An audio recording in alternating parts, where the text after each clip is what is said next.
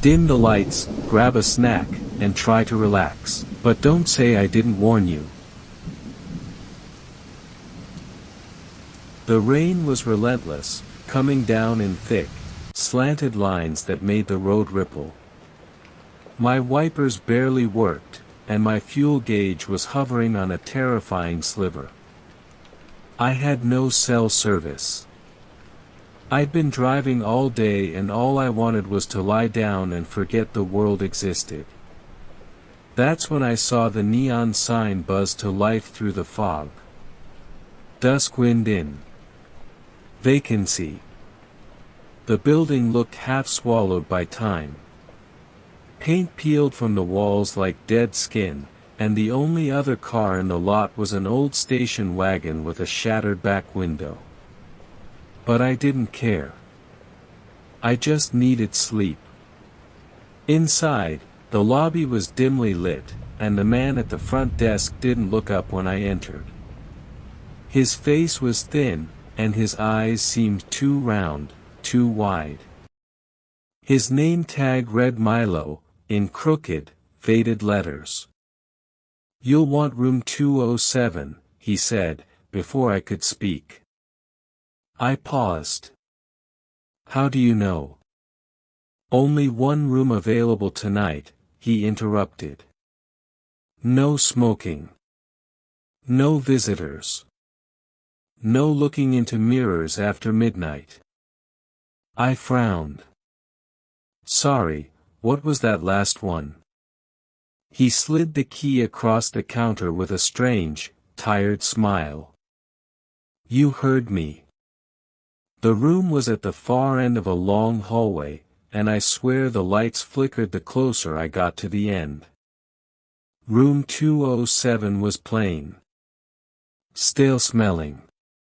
The kind of place memories go to die. As I turned the key and pushed the door open, I noticed something odd. There was a door next to mine, unlit, unnumbered. A faint outline of faded numerals hovered on the wood. 209. But when I glanced again, it was gone. Just wall. A trick of the light, I told myself. Or exhaustion. Or both. But later that night, after I tried sleeping and failed, I heard something. Knocking. 3 slow knocks. From the other side of the wall. From the room that shouldn't exist. The knocking wouldn't stop. 3 heavy knocks. Then silence. A few minutes later, 3 more. I sat on the edge of the creaky motel bed, heart hammering like it wanted out of my chest. I checked my phone again. No signal. Not even Wi-Fi. Just a glowing, no service, bar laughing at me like the motel itself knew I was trapped. I walked to the wall where I'd seen room 209. Nothing. It was just drywall. No door. No outline. No handle. But the knocks were real. They vibrated through the plaster and into my bones. I put my ear to the wall. And I swear, I heard breathing. Slow. Wet. Close. I staggered back, pulling the chain from my suitcase just in case. Then, like a fool, I opened the door to the hallway. The lights above me hummed with a sick yellow glow. The hallway was silent, except. There it was again. A door. 209. It wasn't there before. I knew it wasn't. It looked newer than the others. Not clean new, but wrong new. Like something had tried to make it look like a motel door and failed. The numbers 209 were etched in, as if with fingernails, not printed. I walked up to it. There was no peephole. No keyhole. Just a brass handle, slightly bent. And then I saw it. Under the door, the faintest glow. Not light. Not like from a lamp. But, movement. Shadowy. Like something crawling just on the other side. I froze. Then, without warning, the door handle twitched. Once. Twice. Then it started turning, slowly, toward me. I ran. Back in my room, I bolted the door, shoved a chair under the knob, and grabbed the Gideon Bible from the drawer, not to read it, but to hold on to something. Then, right at 3:07 a.m., the knocking stopped. Dead silence. Not even the hum of electricity. I sat there for what felt like hours. And just as I started to doze, the TV turned on by itself. Static. Loud. A face flashed on the screen. Pale. Eyeless. Mouth open. Screaming. Then, black. The power came back. And outside my room, I heard footsteps. Dragging. Scratching the wall as they passed. Heading toward room 209. Then, a door closed. But when morning came, I opened my door, stepped into the hallway, and the spot where 209 had been? Just a blank wall again. No door. No SCR. Scratches. No proof it was ever real. But I knew what I heard. I knew what I saw. And tonight, when the sun goes down, I think it's coming back. By the time the sun had fully risen, I felt like a shell. I hadn't slept, hadn't eaten, hadn't even moved from the edge of the bed since the power came back. I told myself I imagined it all. The door. The knocking. The static. The face on the TV. But when I finally went to the front desk, the man behind it wasn't Milo. This one was younger, twitchy. He had dark circles under his eyes and looked like he hadn't slept in a month. He glanced up from his notebook when I approached and gave a hollow smile. Milo called out sick, he said, voice flat. Can I help you? Yeah, I said slowly. About the room next to 207. Do you know anything about it? His eyes widened. His smile dropped. There's no room next to 207. I saw it last night. It said 209. He froze. Then, slowly, he reached under the counter and pulled out a small laminated card. He slid it across the desk to me without a word. There were 6 rules printed on it. Duskwind in, Guest Safety Protocol. 1. Do not leave your room between 2 to 4 a.m. 2. If you hear knocking from the walls, do not respond. 3. Room 209 does not exist. If you see it, look away. 4. Do not speak to anyone in the hallway after midnight, even if they look familiar. 5. Do not use the mirror after 12:30 a.m. Cover it if possible.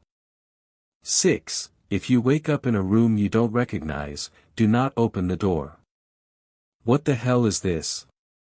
I whispered. The man didn't answer. He just kept staring past me, toward the hallway. Then, from the office behind the counter, a voice rasped. He saw it. You shouldn't have stayed. I turned. Milo was standing there, pale as milk, his eyes sunk so far into his head they looked fake. I warned you, he muttered, walking toward me. Once you see it, it sees you. I left the lobby fast. I was halfway to my car before I realized my keys were gone. I must have left them inside the room. I didn't want to go back, but I had no choice. No ride. No help. Just this godforsaken motel and a growing sense of dread. When I got back to room 207, I hesitated outside. The space beside my door was a wall again. No room 209. I let out a breath of relief, stepped into my room, and stopped cold. My mirror was uncovered. I know I'd draped a towel over it the night before. And written across the glass, in foggy letters, were the words. You opened the door.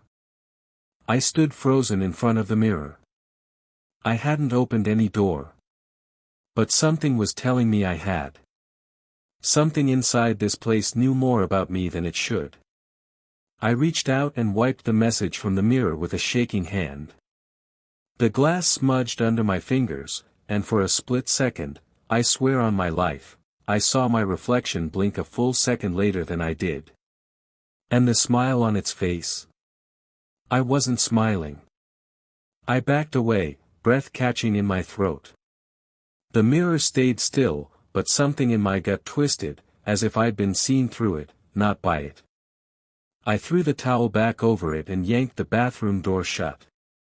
No way was I touching that again. Then came the sound. Not from the mirror. Not from the wall. But from inside the closet. Scratch. Scratch. Scratch. Something was dragging its fingers along the wood inside. I stepped toward it slowly, unsure if I was walking on my own or if something else was pulling me forward. I grabbed the closet handle. It was ice cold. I yanked it open. Nothing. No clothes.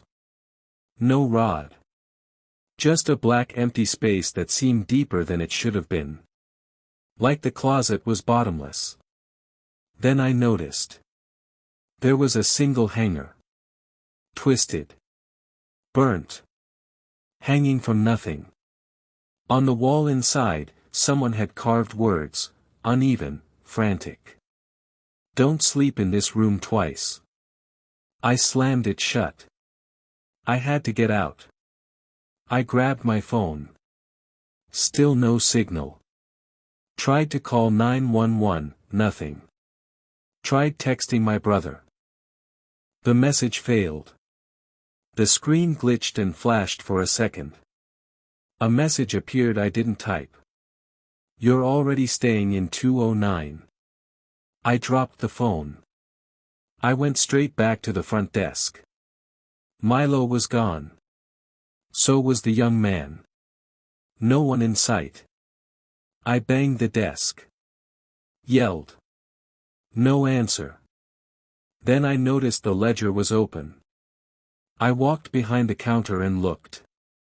There was a page that looked ripped out, but behind it, in faded ink, was an entry with my name.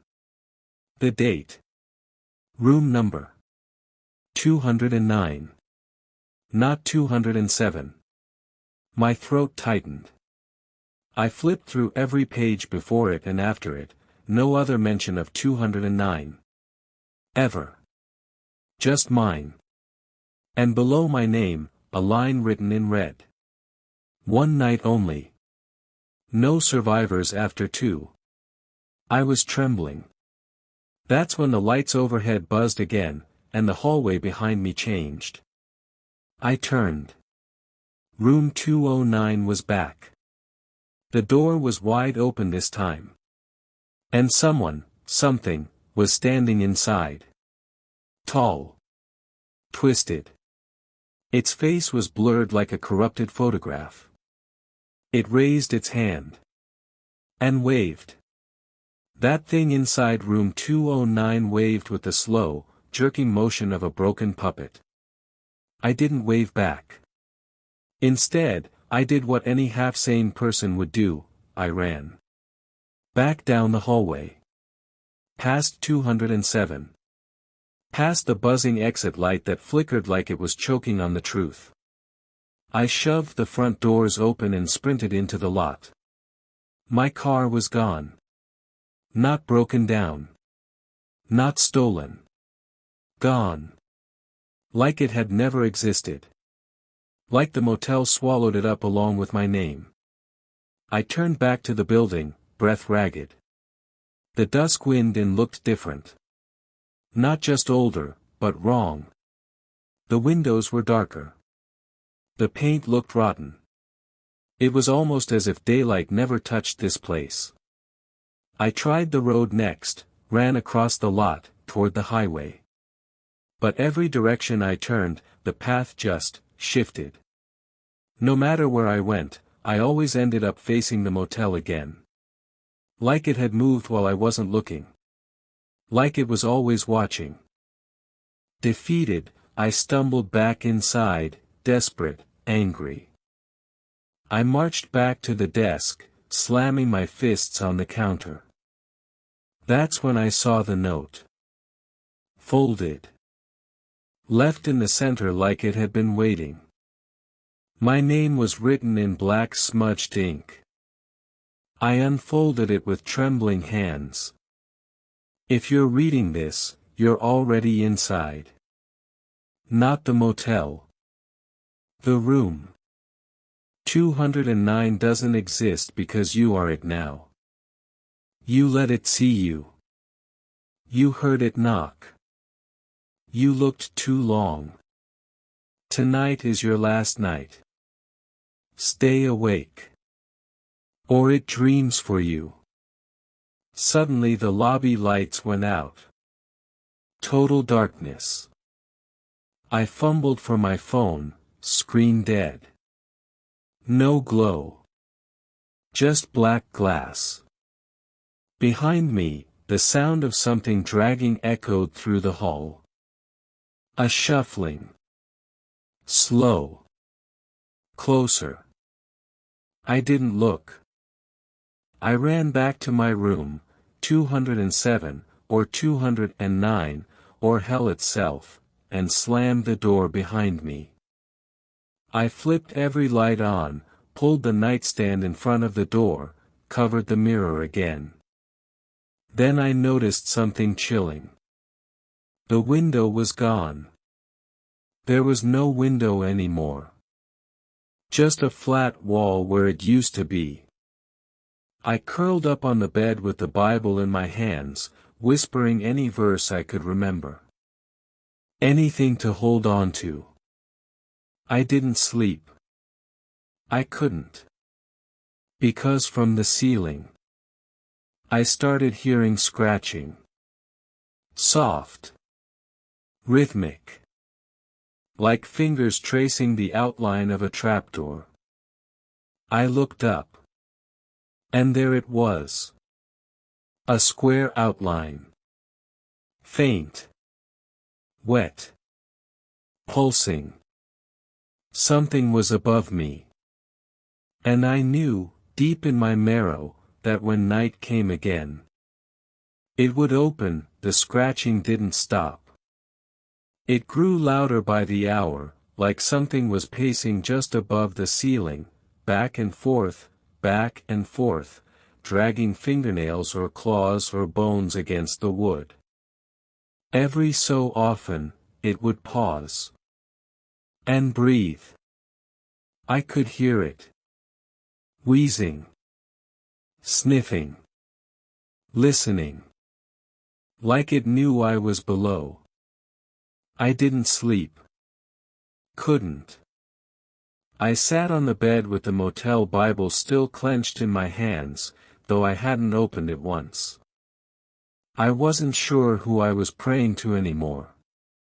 What ever gods existed didn't come here. Around 3 a.m., the room temperature dropped like someone had opened a freezer. My breath fogged in front of my face. The lights dimmed, not flickered, just slowly drained of power. That's when the scratching stopped. Silence fell. And then, tap. Tap. Tap. Not on the walls. Not on the door. On the mirror. The towel I'd covered it with twitched. Not from wind. There was no air in here. It shifted like something inside the mirror had breathed against it. I crept forward, inch by inch, fighting the voice in my head telling me to look. But I needed to see. I needed to know what it was doing. I reached out, grabbed the towel, and yanked it off. There was no reflection. Just a black surface, like inked glass. Then slowly, something formed. A face. Not mine. Gray skin, bloated lips, two pits where eyes should be. It leaned closer, until its cracked forehead pressed to the other side of the glass. And then its mouth moved. I didn't hear it. I read it. Let me in. I screamed and dropped the towel back over it. The second I did, a loud crash came from the ceiling. I looked up just as a chunk of plaster fell away, revealing a hole into the dark attic above. From within, something shifted. And then a hand slid out. It gripped the ceiling's edge. Thin. Blackened. Wet. The nails were too long and clacked against the wood as it searched for leverage. Another hand followed. And then a face.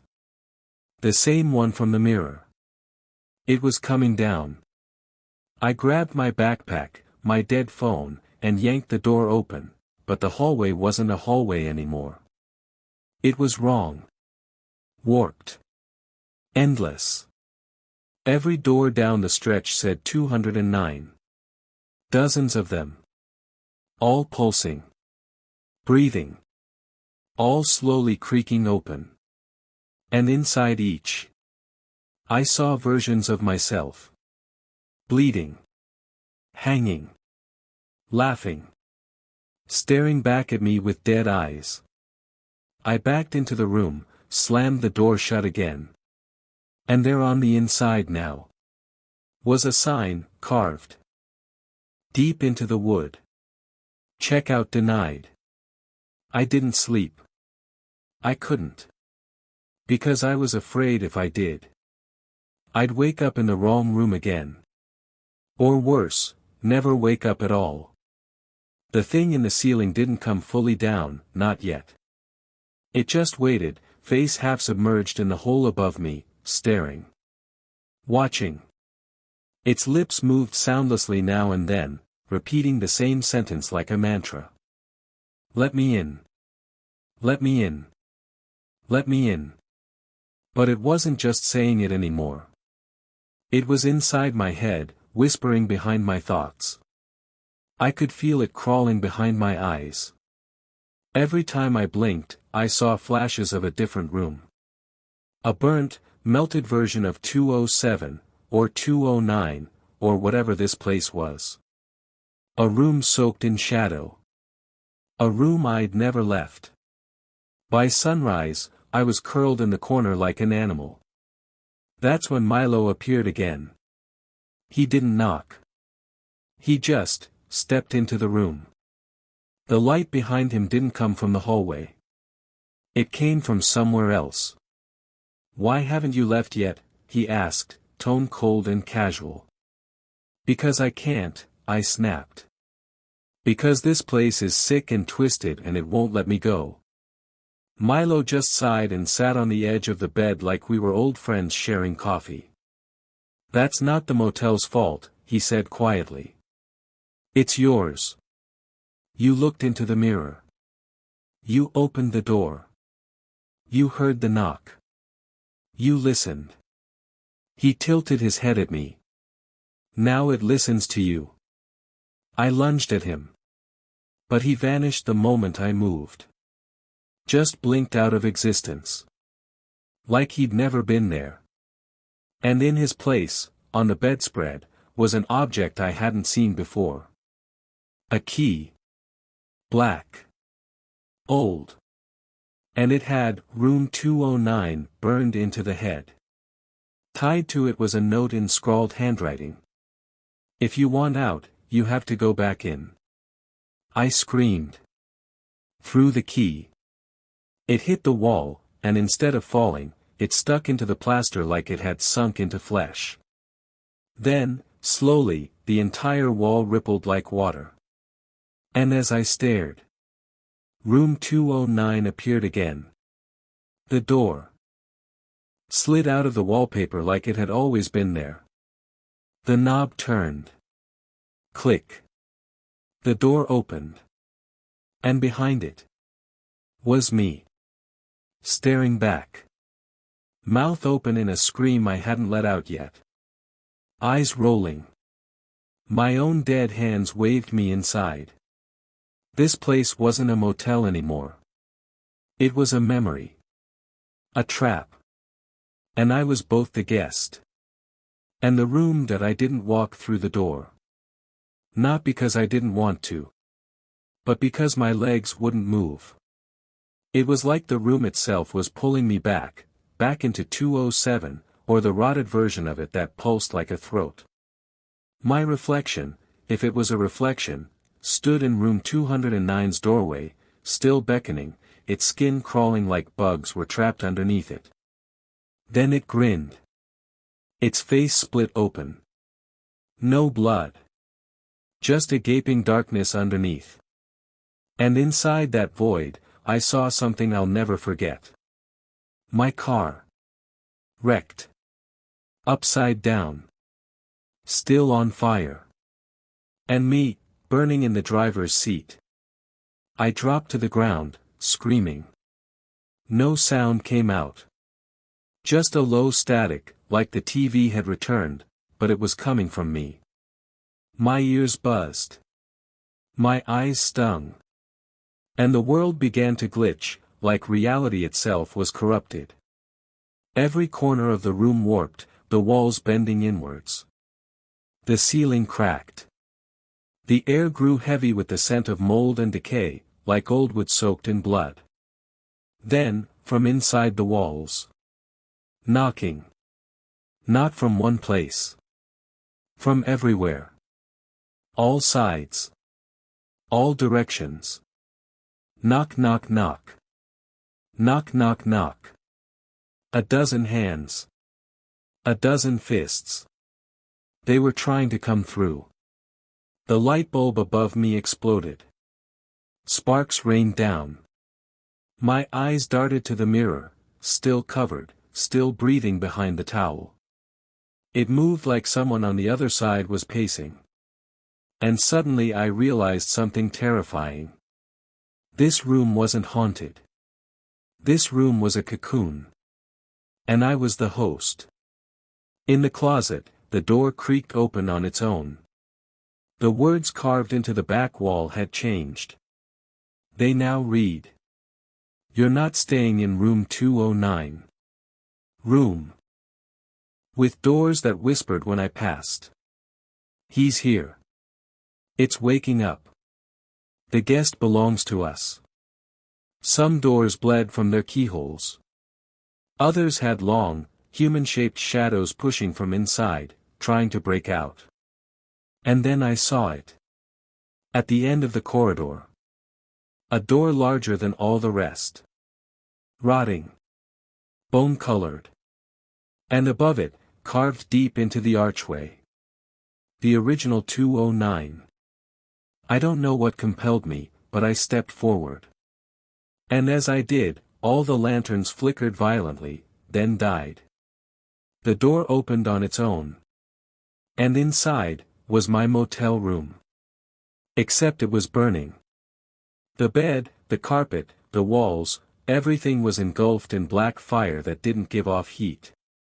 And in the center of the room, something stood up from the flames. It wore my skin. My smile.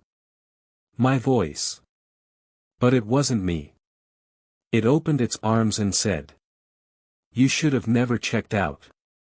The thing wearing my skin stepped through the fire like it was water, flames licking its limbs but never burning. It walked with jerks, like a puppet, my voice dripping from its mouth but distorted, like an old cassette warping in the sun. "Come back to bed," it whispered. "You've been running in circles. There's nowhere left to go." I backed away, but there was no hallway behind me anymore. Just blackness. Not even darkness, absence. Like the motel had peeled itself away from reality. The doppelganger kept walking. Its body shifted as it moved. Bones cracking. Limbs bending the wrong way. My face twisted into something between a grin and a scream. It raised one hand, my hand, and pointed to the burning bed behind it. On the mattress, something was twitching under the sheets. Something alive. I didn't want to look, but I did. And underneath the flames, was me. Charred.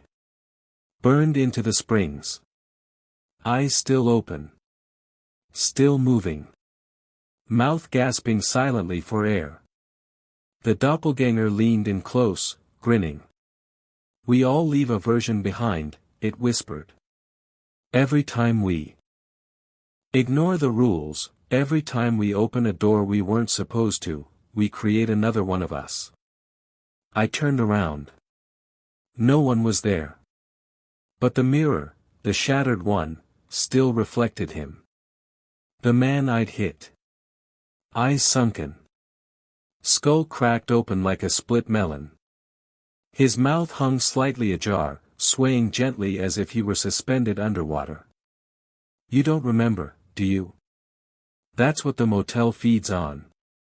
His voice echoed from inside my skull, not the room. Guilt. Regret. Denial. All roads lead to room 209. The mirror's pieces lifted from the ground, rising, orbiting me like glass moons. And then I screamed and threw the motel Bible at it. The pages ignited before they left my hand, bursting into ash in the air. The creature laughed, a deep, wet sound that echoed off the walls like a cough in a tomb. Then it lunged. I turned and ran straight into the burning room. It should have cooked me alive. Should have blinded me. But instead, the fire opened up, revealing a staircase beneath the bed. Not wood. Not metal. Teeth. A staircase of teeth. Curved. Breathing. I didn't hesitate. I dove down, the fire closing behind me like a heartbeat. Down below, the motel changed again. No more doors. Just mirrors. Thousands of them. And each mirror showed a different version of me. Dead. Twisted. Laughing. Hanging. Running. Crying. Some were screaming. Others just stared, frozen, like they knew I was watching. In the center of the room stood one last mirror, cracked, black, humming. And on it, in blood. "Break me to remember what you forgot." I raised a broken pipe from the ground and smashed it. The mirror shattered, and behind it, I saw a memory I never wanted to see. My car. The accident. The rain. The figure on the road. I hadn't hit a deer. I'd hit a man. And when I looked in the mirror one last time, I saw him standing behind me. The man I killed. And he whispered, "You didn't check into the motel. You were brought here." I turned around. No one was there. But the mirror, the shattered one, still reflected him. The man I'd hit. Eyes sunken. Skull cracked open like a split melon. His mouth hung slightly ajar, swaying gently as if he were suspended underwater. "You don't remember, do you? That's what the motel feeds on." His voice echoed from inside my skull, not the room. Guilt. Regret. Denial. All roads lead to room 209. The mirror's pieces lifted from the ground, rising, orbiting me like glass moons. And then every single one of them turned black, becoming tiny windows. Each showed a different person. Different time. Different death. People who never left. People who looked into room 209 and never looked away. I saw the young man at the desk. The twitchy one. His reflection, hanging by the neck in a dark supply room. I saw a woman in a bloodied maid uniform, curled in the dryer downstairs, skin boiled red. And Milo, dear Milo, standing in the mirror, grinning, with black worms writhing behind his eyes. Every single employee I'd met was dead. Or worse, kept alive by the motel. I screamed, smashed the floating glass away, and ran, past the mirrors, past the twisted staircase of teeth that sealed itself behind me like a sphincter. I ended up back in the hallway. But this one was different. There were no more numbers on the doors. Only names. My name was on every single one. Burned in, scratched in, written in lipstick, blood, ash. I opened the first door. Inside was a hospital room. Monitors beeping. A heart rate flatlining. And me, hooked up to machines. Dead. I opened another. A coffin. Closed. Inside, I was banging, clawing, screaming. No one came. Another. A classroom. I was standing in the middle, naked, skin peeled away. The students pointed and laughed while I held my own heart in my hands. These weren't just hallucinations. They were punishments. Possible outcomes. Alternate deaths. Ways I could have died, and maybe already did. Then I opened the last door. The one at the end of the hall. It was cold. Colder than any room yet. Inside, a motel lobby. But not the dusk wind in. This one was clean. Modern. Empty. And behind the desk stood a little girl. Eyes stitched shut. Smile too wide. She held out a guest book. And said, "You forgot to sign in." I stared at the little girl behind the desk. She didn't blink. Couldn't, not with her eyes sewn shut like that. But her head tilted with a slow, unnatural crack as she slid the guest book toward me. It smelled like rot. The cover was leather, but it pulsed under my fingers, almost like skin. When I opened it, the pages inside were damp, some soaked with black mold, others stained dark red. And on every page was a name. Dates. Room numbers. Check-in. No check-out. Some names were crossed out in red. Others had notes beside them. Screamed too loud. Answered the mirror. Followed the whispers. Let the guilt grow teeth. Then I turned the page and froze. There it was. My name. In shaky red ink, like it had been written by a dying hand. Next to it. Room 209.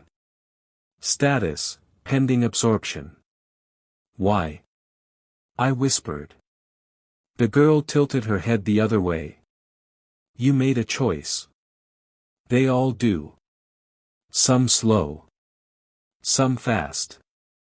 But once you open the wrong door, the motel opens one inside you. She reached down and pulled out a pen. Long, sharp. It wasn't plastic, it was a nail, rusted and wet. Sign it, she said. Or stay in the hallways forever. I stepped back. The walls behind me shifted. Doors disappeared. Mirrors shattered inward. I could feel something crawling across the floor toward me. From under the desk, behind her, dozens of hands reached out. Pale. Cracked. Tugging at her legs. Begging. But she didn't move. Just kept smiling with that stitched-up face. I turned and ran. But I wasn't in the hallway anymore. I was back in my motel room. Room 207, or 209, it didn't matter now. Everything was exactly how it had been the first night. The bed untouched. The TV off. The window back. Had it all been a dream? Then I heard it.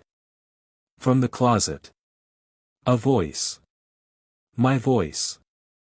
It's almost checkout time. The closet door creaked open.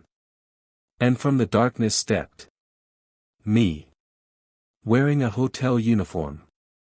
Name tag, Milo. He grinned. I backed away. The cycle always needs a new keeper, he said. And you're next. Then everything went black that I opened my eyes to the sound of a flickering light. The buzzing above was maddening, like bees swarming inside my skull. I was no longer in my room, but behind the front desk. Uniform on. Name tag, Caleb. The motel lobby was empty, save for the oppressive silence that seemed to push against my skin. The same guest book was in front of me, still pulsing. Still warm. Still waiting. And above it, a brass bell that looked older than the motel itself. Carved into the side of the bell were the words. Ring only when you're sure. I didn't know what that meant. But something inside me did. The front door groaned open. The air outside wasn't sunlight, it was thick, colorless fog. Time didn't exist here. Daylight was a forgotten lie. A figure stumbled in. A man. Sweating. Eyes wide. Holding a bloodied map. I knew his face. Not from life, but from the mirror hallway.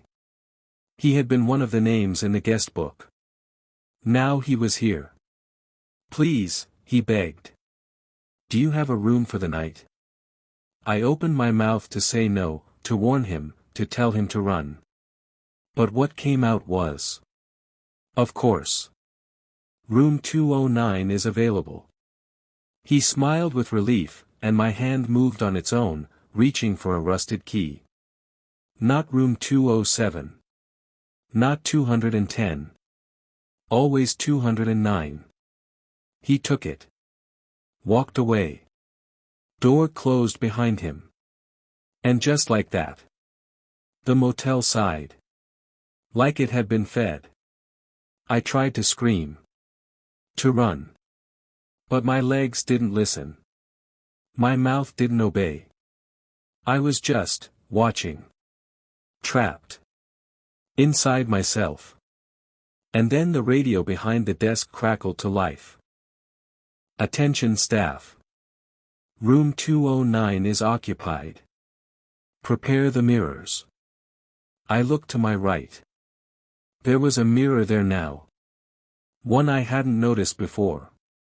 And in it, I saw him, the man I'd just checked in. Sleeping. In his room. And something else watching from the closet. I turned away. Grabbed the guest book. But this time, there was a fresh entry at the bottom. Name, Caleb Monroe. Room, all. Position, assistant manager. Status, permanent. And under it. Another blank line. Waiting for the next guest, the phone behind the desk rang. 3 slow, drawn-out tones. I didn't want to answer. But my hand moved on its own. Front desk, I heard myself say. A static-laced voice answered. He's awake in 209. Send up service. I hung up. And from the shadows of the back office, I heard the slow scrape of something dragging metal. The door creaked open by itself, revealing a dark hallway lined with carts, but no food. The trays were covered in linens that twitched, like something was breathing under them. Something wet. Then the lights flickered, and one of the trays rolled forward on its own, heading toward room 209. I followed. Not because I wanted to. but because I had no choice. The hallway stretched longer with every step I took. The doors pulsed like they were alive. Behind one of them, I heard weeping. Behind another, laughter that sounded like a throat full of broken glass. Room 209 waited at the end. The number was gone. Only the sound of flies buzzing behind the door told me it was still there. I knocked. The guest, the man I had checked in earlier, opened it slowly. His eyes were sunken. Skin already fading into a grayish tone. He looked starved, though he'd only been here hours. "Did I order room service?" he croaked. I wanted to say no.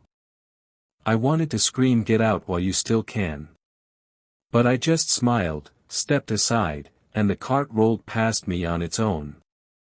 The moment it entered the room, the door slammed. Med shut. And then came the screams. I backed away. Down the hallway. Heart hammering. Every footstep felt like I was sinking deeper. When I returned to the lobby, the guest book was open again. The man's name was now crossed out. Next to it, in dripping red. Served. I turned to run, only to find myself face to face with the girl with sewn eyes, standing in the middle of the lobby again. "You're learning fast," she said with a stitched smile. "Let me go," I whispered. She shook her head. "No one leaves until their replacement arrives. That's the rule." She held up a mirror. And inside it, I saw my reflection. But older. Emptier. Wearing a full manager's uniform. Then she whispered. "Hope you're ready for the night shift." There was no sunlight here. There never had been. The front desk clock had stopped ticking, permanently stuck at 3:13 a.m. I tried to leave, again. Pushed through the front door, expecting the gravel lot and highway I'd pulled in from. Instead, I stepped into darkness. Not just night. Nothing. No sky. No stars. No sound. Just a concrete staircase spiraling downward. There was a sign over the stairs, barely lit by the flickering red glow of an old exit bulb. "Staff only, no return after entry." Something in me wanted to run. But my legs obeyed the rules of the motel now. And the rules wanted me to descend. The stairs seemed endless. Every few steps, there was a door. Each marked with names I didn't recognize. Janitorial, R. Mercer, deceased. Maintenance, L. Cottle, disappeared. Guest recovery, E. Donnell, reassigned. The farther down I went, the older the signs became. At one point, I passed a door labeled simply. "Room 209, keep out. Do not open for screams." I paused. And that's when I noticed the air smelled, burned. Like metal and old blood.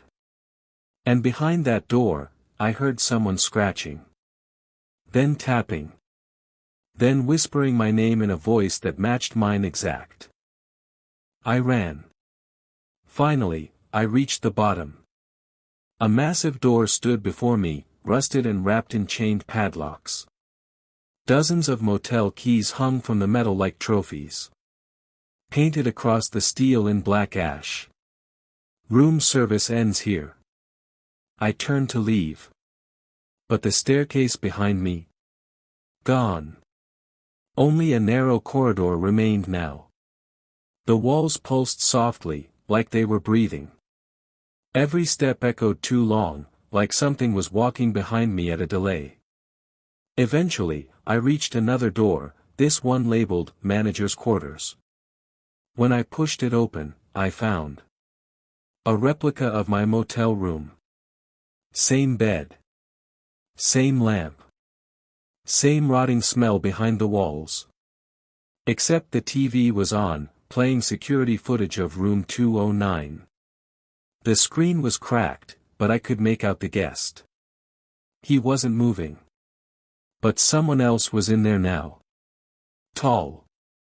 Pale. Wearing a uniform like mine, except its badge red. Night manager. He turned toward the camera. And though his face was a blurred smudge, he smiled. And waved. Then the lights in my room went out, the darkness didn't stay empty. A sound trickled in first, like wind moving through teeth. Then the TV flickered back to life on its own. Static. A brief flash of that pale figure. Then a broadcast that looked like old surveillance footage, grainy, black and white. The date stamped at the corner read.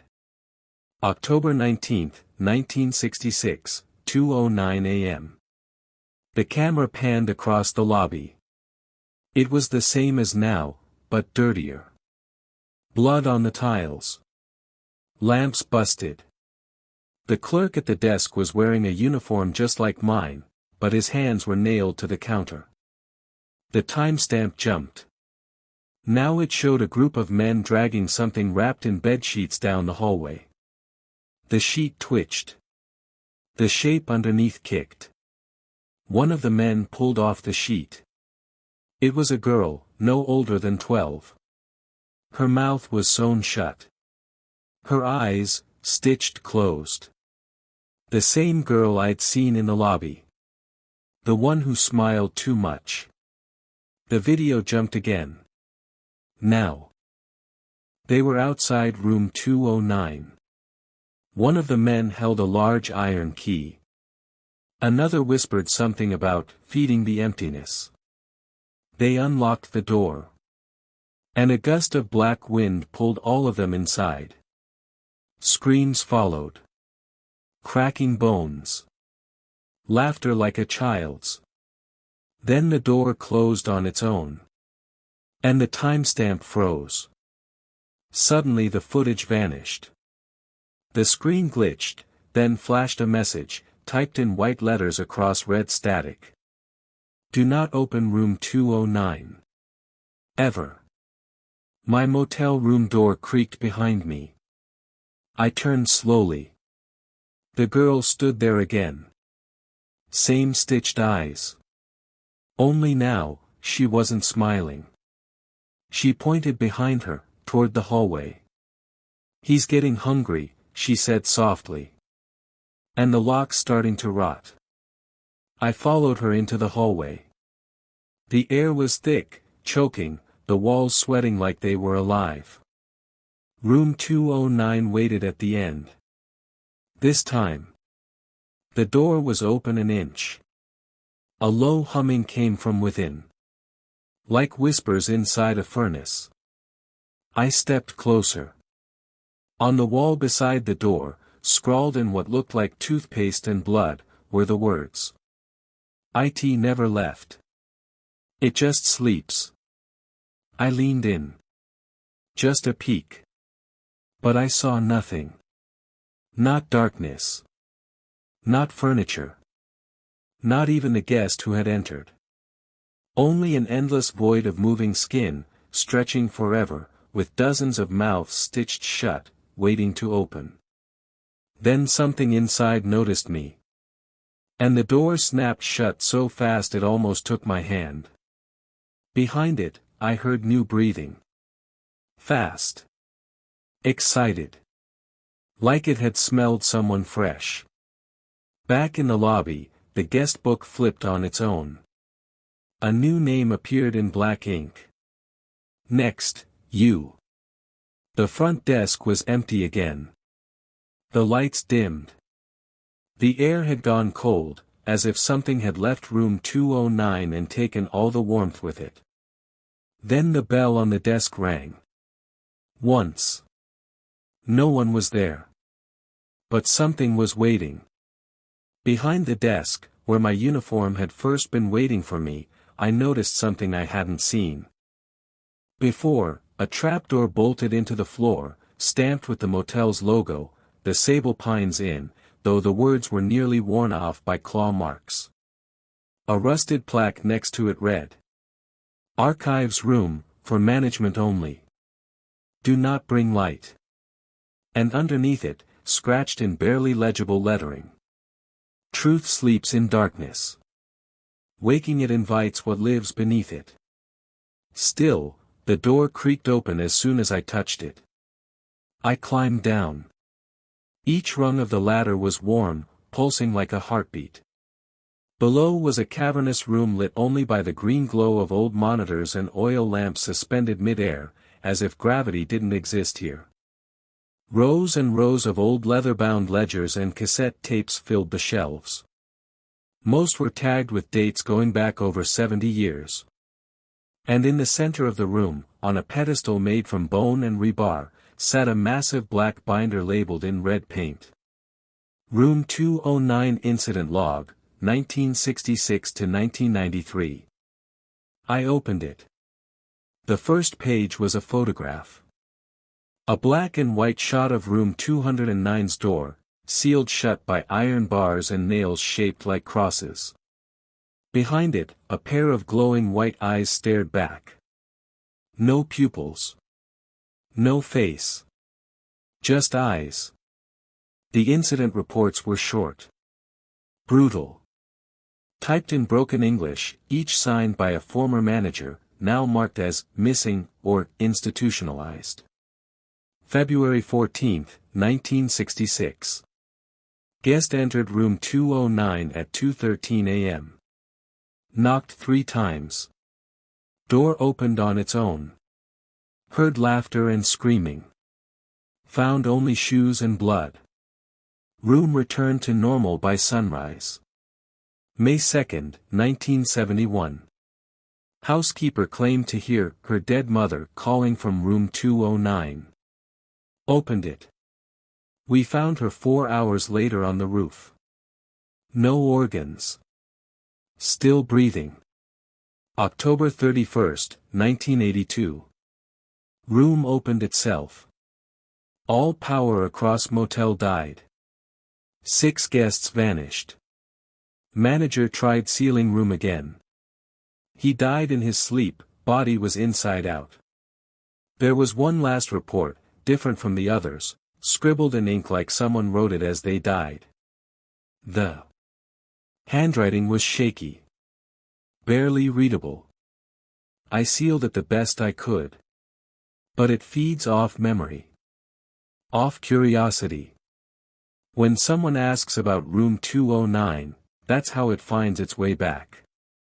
If you're reading this, it knows your name. Do not write about it. Do not speak it. Burn this record. Run. Suddenly all the green monitors turned red, flashing the same word over and over. Watching. Watching. Watching. And then I heard it. A knock from above. 3 slow knocks. On the front desk bell. Something had climbed out of room 209. Something had taken interest in me. I slammed the binder shut. But on the back cover, a fresh message had been carved into the leather. You looked. It's yours now. When I climbed out of the archive room, the motel had changed. I don't mean a light flickered or a door slammed, I mean the whole layout was wrong. Hallways stretched too far. Doors I'd never seen before lined the walls. The ceiling pulsed like it was breathing. Room numbers were all out of order. 205 was next to 103. 208 was upside down. And room 209 was gone. At first. I stepped into the hallway where it used to be. The walls were peeling. Not paint, skin. Long, translucent layers hanging like molted flesh, still wet and twitching. That same low hum filled the air, like someone breathing under the floorboards. Suddenly, I heard footsteps. Slow. Barefoot. I turned. At the far end of the hallway stood a woman in a motel-made uniform, soaked in something black, eyes hollow. She mouthed a single sentence. "He's awake now." Then her head snapped backward, her mouth split open, and something climbed out of her, thin and long, dragging itself across the floor, whispering in dozens of voices. I ran. The motel twisted behind me. Doors shifted. Walls closed. I found myself in a hallway that didn't exist on the map. At the end was a door made entirely of mirrors, no handle, no hinges. Reflected in it wasn't me. It was the guest from room 209. His eyes were bleeding. He held up a finger to his lips. Shoo. And behind him in the mirror, I saw myself, standing in front of room 209. Reaching for the knob. I turned. I was back in the main hallway. But now every room door was open, and every room was identical. A flickering TV. A soaked bed. And the sound of someone sobbing beneath the floorboards. I stumbled into the lobby. Except it wasn't the lobby anymore. It was the dining room from 1966, untouched, with plates still on the tables and chairs still pulled out, like the guests had just stepped away. But each chair had a name tag. I read a few. Mr. Wexler, checked IN, 1966, never left. Denise Marrow, checked IN, 1972, body never found. My name. Checked in, 2025, status, pending. Then I heard them. Footsteps all around me, but I was the only one there. Until the lights went out. In the pitch black, voices whispered from every direction. You're already in the room.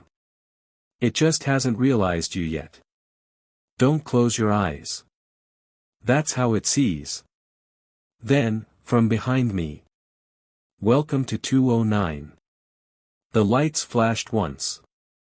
And the dining room was gone. I stood in a hallway with no exits, and at the end was a single door. Room 209. Wide open. Inside, I could see the outline of someone on the bed, whispering my name in a voice that sounded exactly like my own. That I didn't step into room 209. Not yet. The air around it moved, like it was breathing. The door didn't creak or swing. It waited. Open, patient, like a mouth. But something was behind me. Not footsteps. Dragging. A wet, slithering pull across the floor. Like skin being peeled slowly from bone. Then. A hand grabbed me and yanked me through a side door I hadn't noticed. We tumbled into darkness. Slammed the door. Locked it. I gasped, turned, and he was there. He smelled like burned hair and mold. His skin looked melted on one side of his face. The other side was covered in symbol.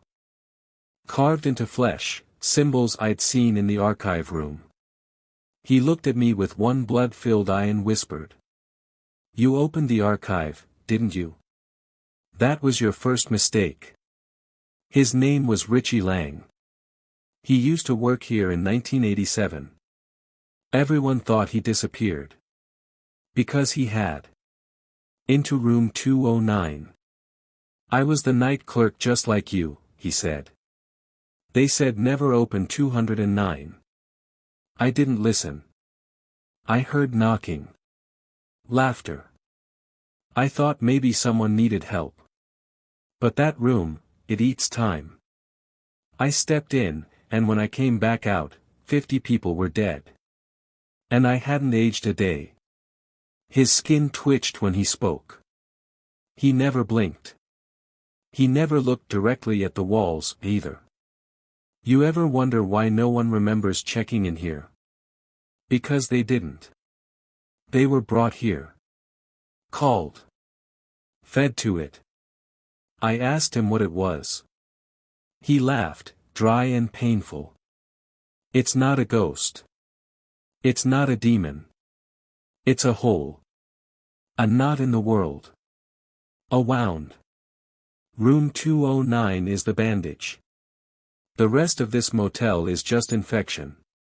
He handed me a book wrapped in cloth. Pages bound in tendon, covered in ink that pulsed faintly when I touched it.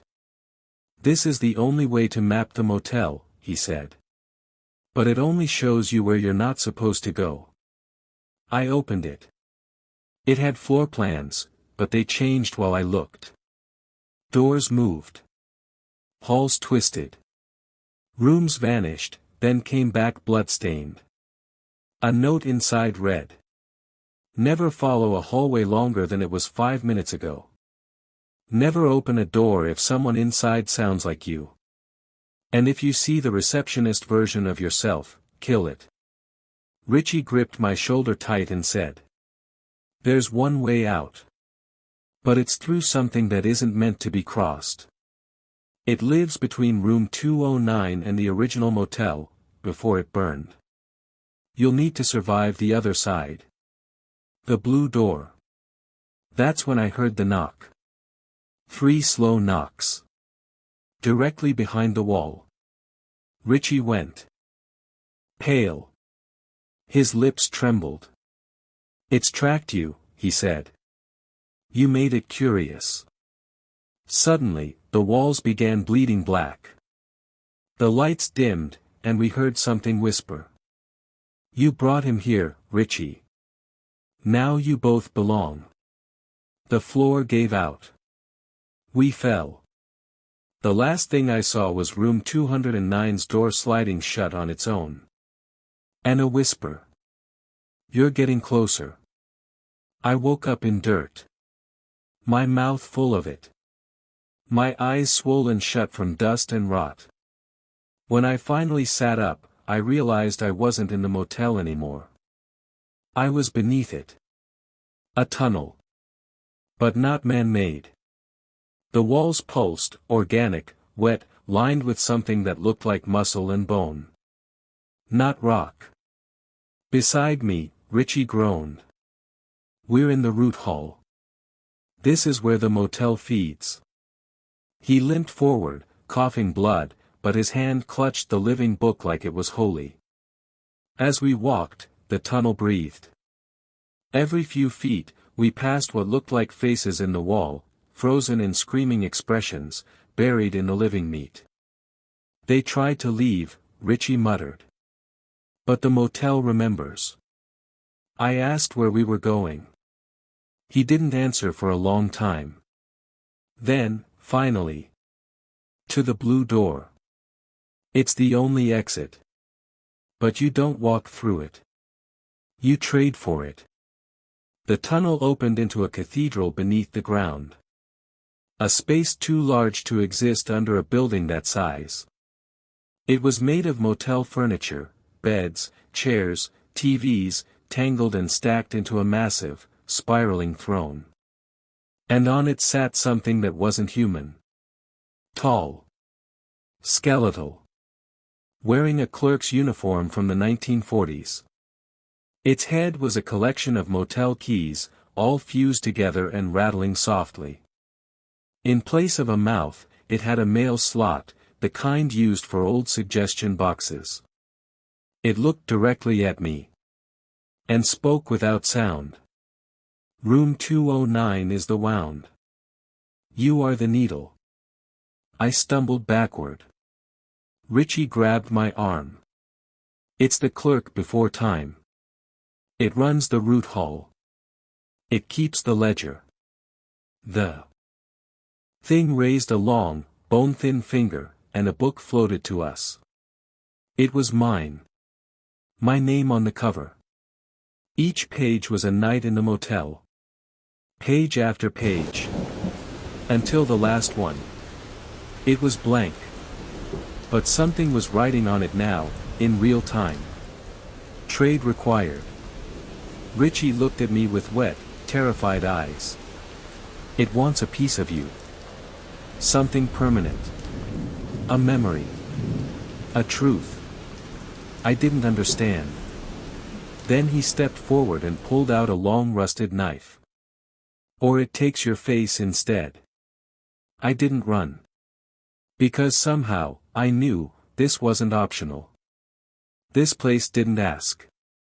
It fed. I thought of my sister. Her laugh. Her birthday.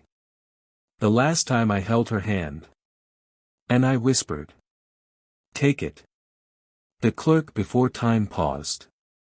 Then it sucked the memory out of my head like smoke. I felt it go. Like part of me was erased. The blue door appeared behind the throne. Glowing. Tall. Leaking wind from the other side. Richie looked at me. If you go through, you might not come back the same. I nodded. I already haven't. We stepped toward it. But just before we reached the blue door, we heard footsteps behind us. Click. Click. Click. Someone else had followed us. The guest from room 209. Or whatever wore his shape now. He opened his mouth.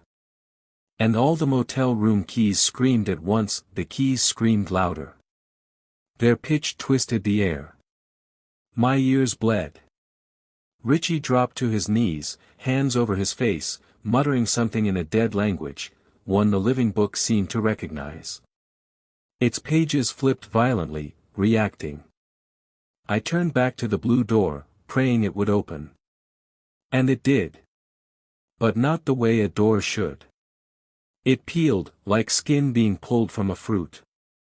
The inside wasn't light. It wasn't darkness either. It was motion. Like a storm turning inside out. Like time folding in half. I grabbed Richie and yanked him through. Just as the guest from room 209 charged. He wasn't a man anymore. His face was mine. His voice was my scream. His hands were made of motel receipts, burned and bloody. We fell through the blue door and landed on something impossible. Carpet. The same pattern from the motel lobby. But the sky above us wasn't a sky. It was the ceiling of hundreds of motel rooms, stitched together. Fans spinning without wind. Lights flickering behind wallpaper. Richie groaned. We're not out. We're deeper. This place, whatever it was, had rules. New rules. The book in Richie's hand glowed again, but now, it looked afraid. The first page rewrote itself. You are in the underhall. This is the place the motel hides when the sun is up. Rooms here are not numbered. They are named. We looked around. There were doors everywhere. No numbers. Just names written in flesh, etched into each frame like brands. The room where she still screams. The room that gave me teeth. The room that believes it's God. The room you thought you forgot. Each door pulsed. Waiting. We needed to keep moving. But behind us, something stepped through the blue door too. Not the guest. Not Richie. Not even the clerk before time. This one wore a bellhop hat. No eyes. No legs. It dragged itself forward with fingers too long for bone. The book whispered a single warning across the page. If it asks to carry your bags, say no. Richie grabbed my arm and pointed to a red door near the far edge of the underhall. It was cracked open.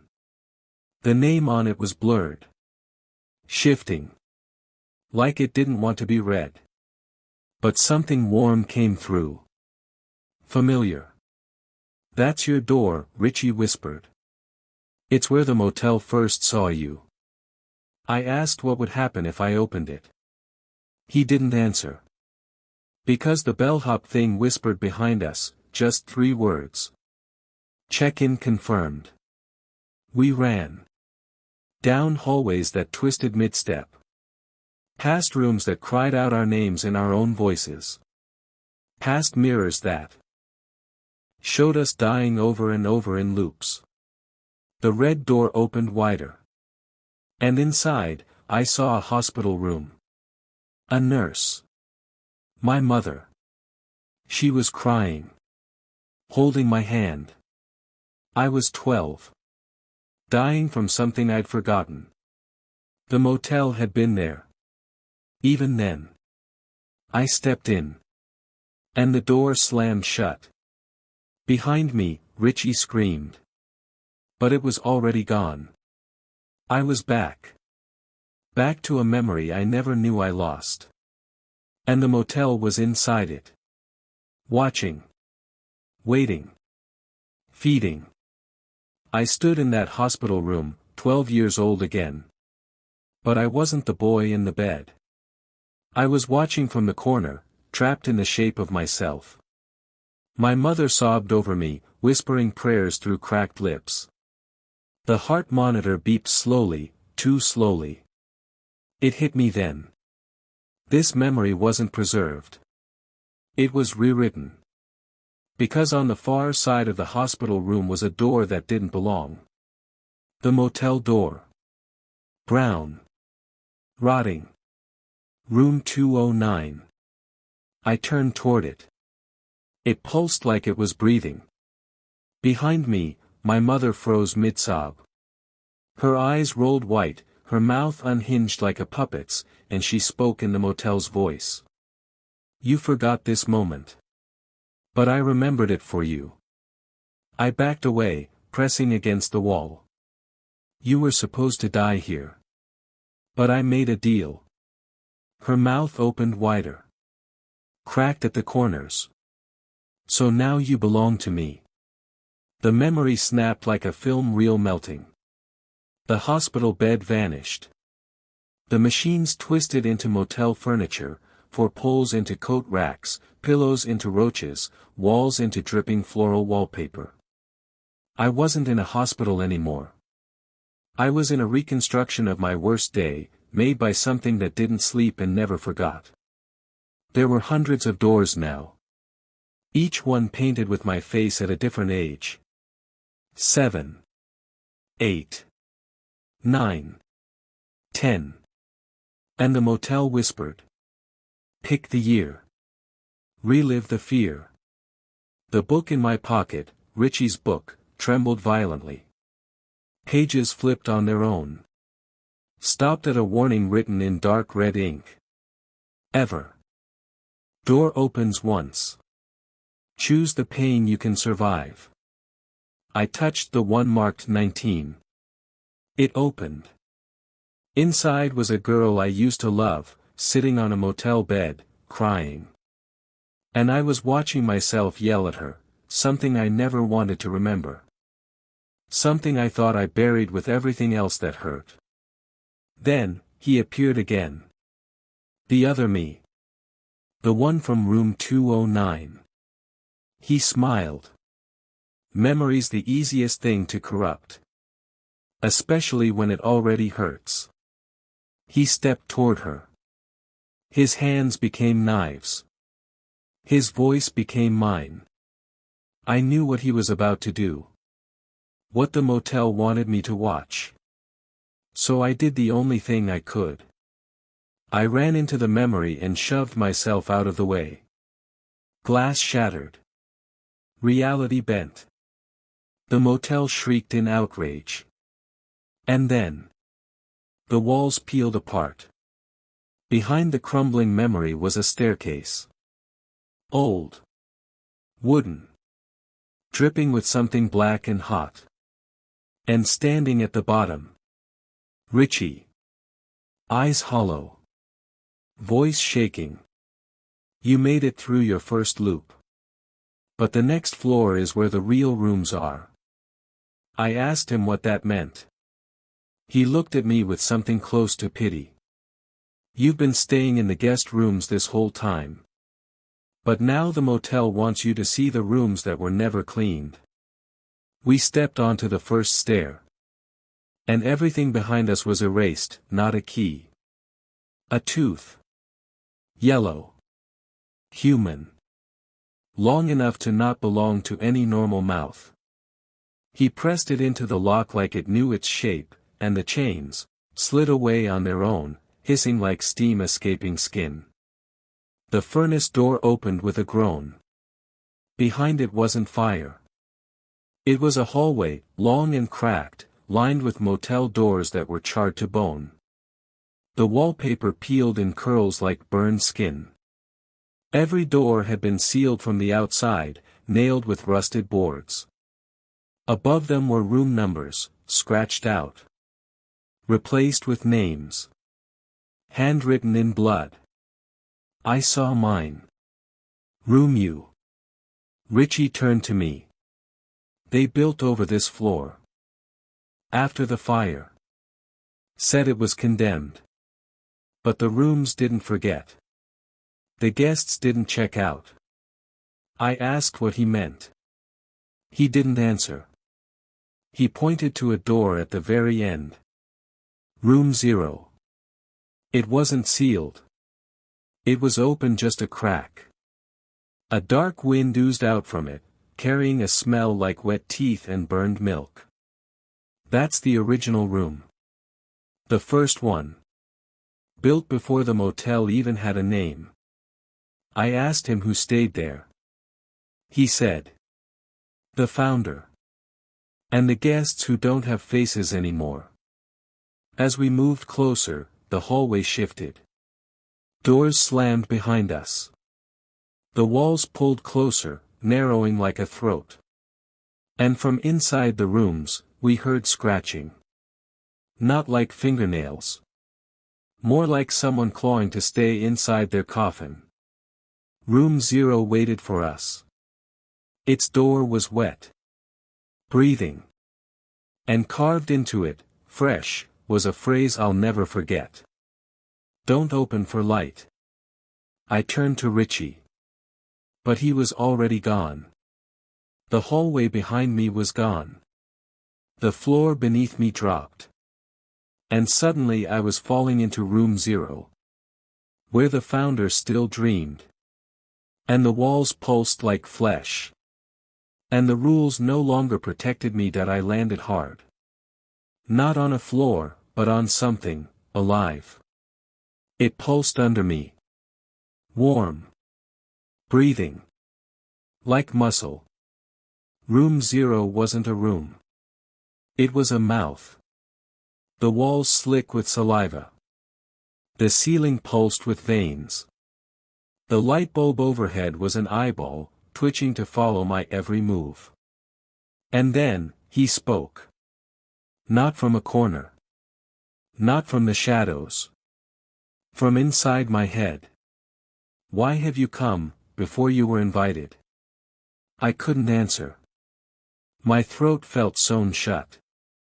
And yet I remembered something suddenly. A rule I'd never seen printed. Not in the book. Not on the front desk note. Something that had been whispered by the motel itself when I first checked in. Never ask what came before the front desk. But I had. In my thoughts. I'd wondered about the origin. And that was enough. The founder had heard me. The floor beneath me twisted, becoming a staircase of tongues. I slid down into a pit of noise and dripping light. Down there. I saw him. Not a man. Not really. A shape of smoke and cracked bone. Eyes stitched across his chest. Hands made of room keys. His mouth was a rotating bell, opening to scream names that hadn't been spoken in centuries. He was the one who built the motel. Or maybe the motel built him. I tried to look away. But the eyes on his chest opened. And I saw my mother's face. My friend Richie's face. My own face, burned and weeping. Do you want to leave? He asked. Or do you want the truth? A door appeared beside him. Rusty. bleeding from the hinges. On it, a sign. Exit, with memory. Enter, without self. The founder grinned wide enough to split. Choose wisely. The motel didn't want guests. It wanted pieces of them. Memories, regrets, identities, carved and rearranged into rooms. This place didn't trap your body. It trapped your story. I stepped forward. And the founder whispered. The longer you stay, the less of you is left to take back. The door creaked open. Inside was something familiar. My childhood home. But darker. Older. And waiting that I stepped through the door marked exit, with memory. I thought I was choosing freedom. I was wrong. On the other side, I stood in the living room of my childhood home. Everything was exact. The stain on the carpet. The crooked family photo. The way the hallway light always flickered even though the bulb was brand new. But something was off. Too exact. Too still. It was like the house was waiting. I looked at the calendar. It read July 29th, 2005. The day my brother vanished. He had gone into the woods that night and never came back. We searched for weeks. The case went cold. And now I was here, back on that same cursed day. Only this time, I wasn't just watching it replay. I was living in it again. But I wasn't alone. I heard breathing. Not mine. From the hallway. A figure moved. Same height as me. Same clothes. It stepped out. And it was me. But not me. Its skin was too pale. Its mouth didn't move when it breathed. Its eyes were completely black, shiny and wide, like motel peepholes. It smiled. You gave him to the dark. Now the dark gives you to me. I turned to run. But the floor shifted. The house began to melt at the edges, peeling like old wallpaper, revealing the motel walls beneath. Room numbers carved into the wood. Room 0. Room 0. Room 0. Over and over. My home wasn't real. It was a set. Built by the motel. And the copy of me? He wasn't leaving. Because he didn't need to. He was replacing me. I screamed as I felt my memories start to blur, like they were being sucked out through my teeth. The room spun. I collapsed. And in that last second of fading light, I heard the founder whisper again. You broke the rule. Now you break, apart. I woke up in the motel lobby. Same cracked tiles. Same smell, sour bleach and old wallpaper. But everything was brighter, too bright, like a spotlight was shoved behind my eyes. The front desk clerk looked up from her ledger.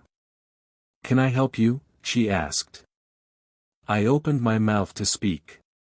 But I forgot what to say. Not just the words. My own name. It was gone.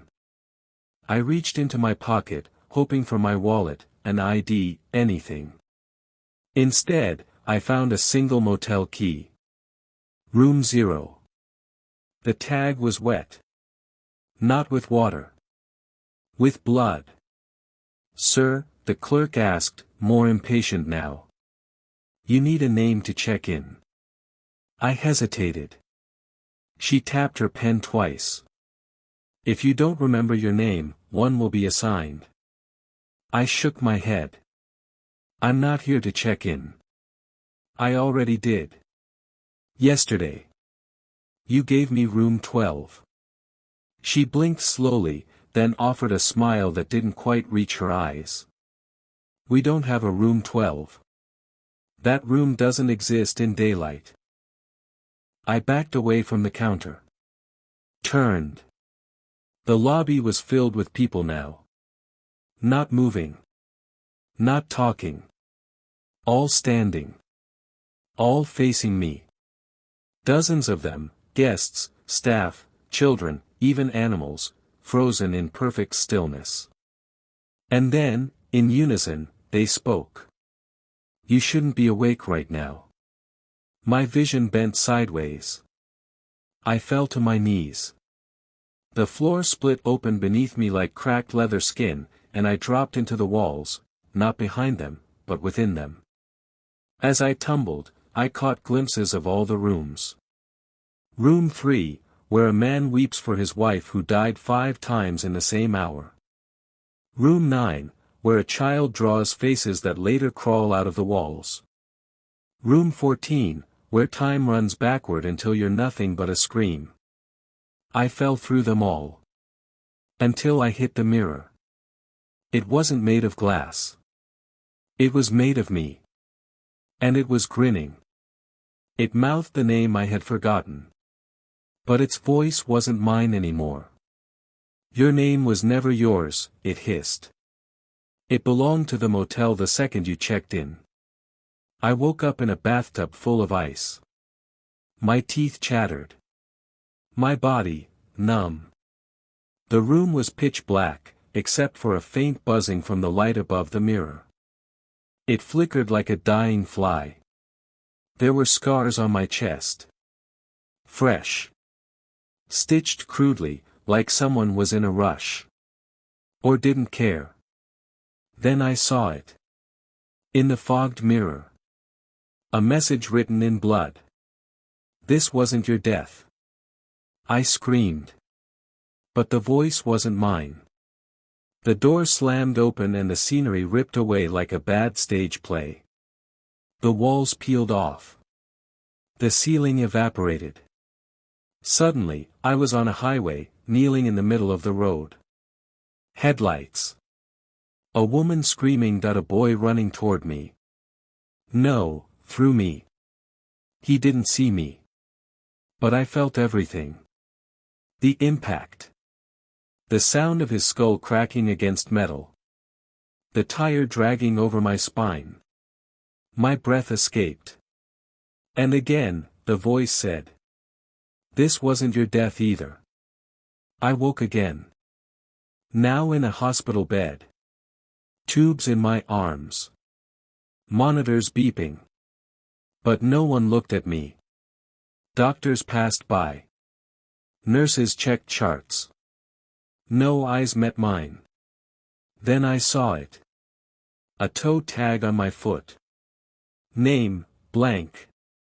Time of death, ongoing. And written on the wall in red marker. This wasn't your name. It was then I understood what the motel was doing.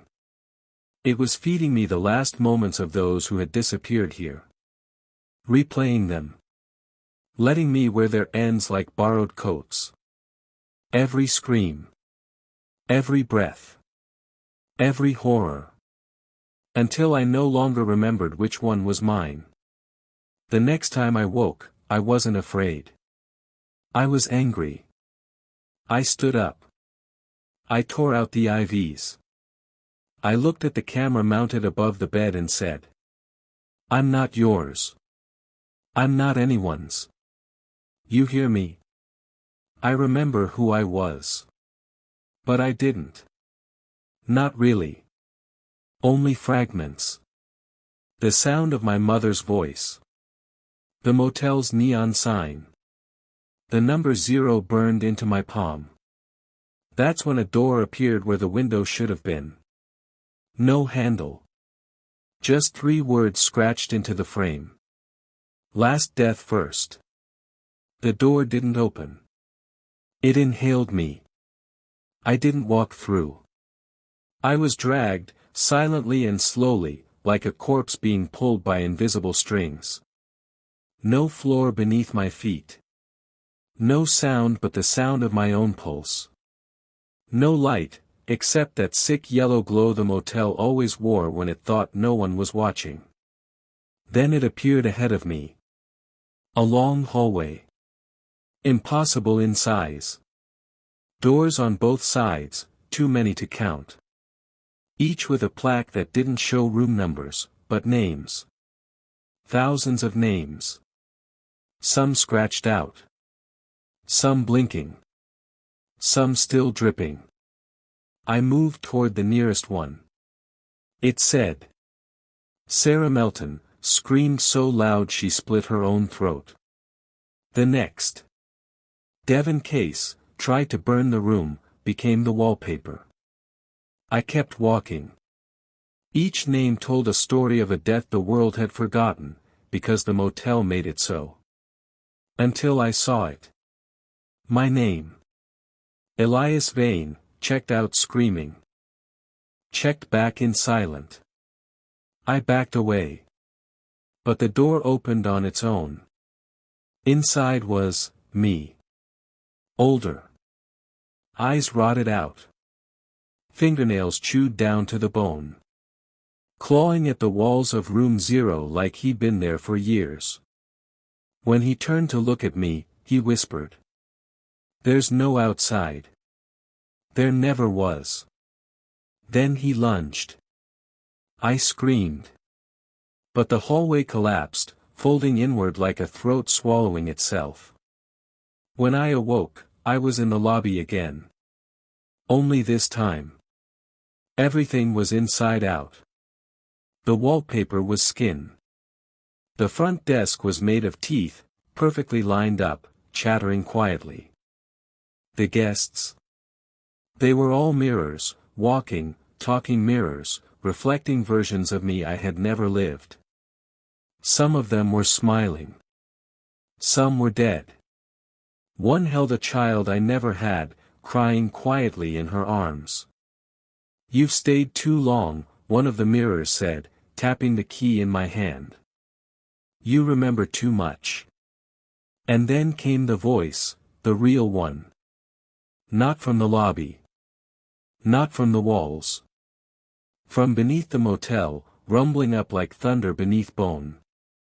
One more room left, Elias. The room behind the motel. The one even I can't see. I didn't want to go. But I couldn't stop my feet from moving, the hallway was gone. So was the lobby. So was gravity. I was walking on a surface that looked like sky, clouds frozen mid-movement, stars beneath my feet. The motel was now above me, upside down, its neon sign reading backwards. Itaerguoy. I didn't need to read it right side up. I knew what it meant. You guarantee it. Whatever it was. Ahead of me stood a single black door, surrounded by absolutely nothing. Not darkness. Just absence. A space that had never known light, or matter, or memory. This was the room even the motel couldn't see. It pulsed. Not like a light. Like a heart. I reached for the knob, and it felt wet, like someone had just been holding it with trembling, bloody fingers. I opened it. Behind it was everything and nothing. A cradle made of motel keys. A man with no face, burning slowly in reverse, flames curling back into his skin like time rewinding. He looked at me, or didn't. I could feel it, anyway. He said one thing. I built the motel because I was afraid to die alone. Then the room reshaped itself. The walls became every room I had ever seen in the motel, all stacked on top of one another like a kaleidoscope. The ceilings were stitched from old screams, the floorboards bled ink. And in the center was a chair, no legs, no shadow, floating. The voice returned. Sit, Elias. That's why you were called. That's why you remember. Someone has to hold the shape. You've seen all the rooms. Borrowed all the deaths. Now it's time to become the house. I tried to run, but the space around me collapsed. The sky shattered. The door vanished. The cradle of keys rattled violently and spilled. Each one engraving itself into my skin, my spine, my skull. Room 0 was being rebuilt in me. Every scream I heard. Every name I read. Every life the motel swallowed. Was now mine. I was the foundation. The walls. The whisper that answers when a guest knocks and no one should be there. Before I lost all memory of what I once was. I wrote this. Scratched into the inside of a drawer in room 0. If you're reading this, leave before nightfall. Don't follow the red hallway. Don't answer when it asks for your name. And for God's sake, never open the door that isn't there in the daylight. The motel sits on the edge of a forgotten highway. No signs. No GPS signal. No reason anyone should find it. But they always do. Tonight, her name was Carla. Mid-30s. Running from something she never speaks of. She saw the flickering neon through the fog like a lighthouse built from rot. She was desperate. And the motel knows how to whisper to the desperate. She walked into the lobby at 11:59 p.m. Right on time. The man at the front desk didn't look up. He had no eyes. Only sockets filled with motel keys.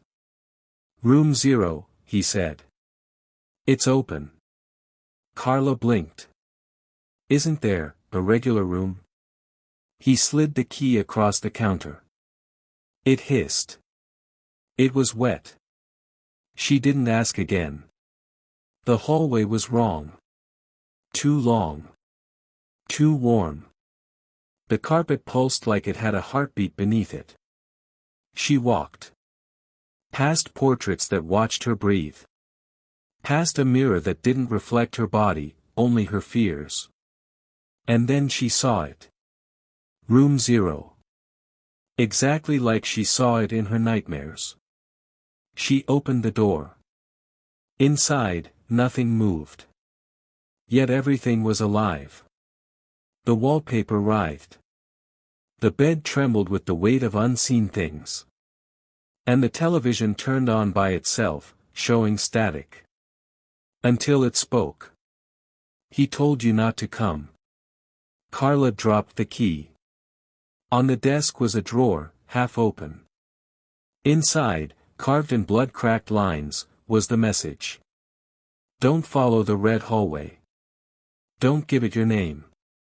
Don't open the door that isn't there in the daylight. She backed away. But it was too late.